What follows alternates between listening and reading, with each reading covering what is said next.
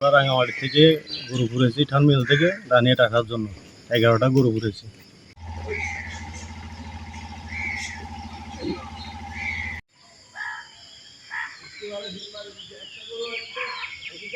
আচ্ছা, এটা আসলে এই রোডে বিভিন্ন সময় চোরাচালান তথ্য আমরা পাই।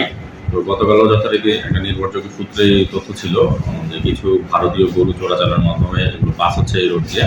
তো তখন আমাদের নিয়মিত ডিউটিতে থাকা এবং অভিযানে থাকা অফিসার ফোর্সের সমন্বয়ে আমি একটা টিম সেখানে পাঠাই এবং পরবর্তীতে রাতে এই গরুগুলো উদ্ধার হয় এবং তাদের কাছে গরুর ট্রাকের সাথে গরুর মালিক দাবি করছে এরকম দুজন লোকও ছিল। আমরা এগুলো যাচাই বাছাই করছি, যাচাই বাছাই করে আমরা প্রয়োজনীয় আইন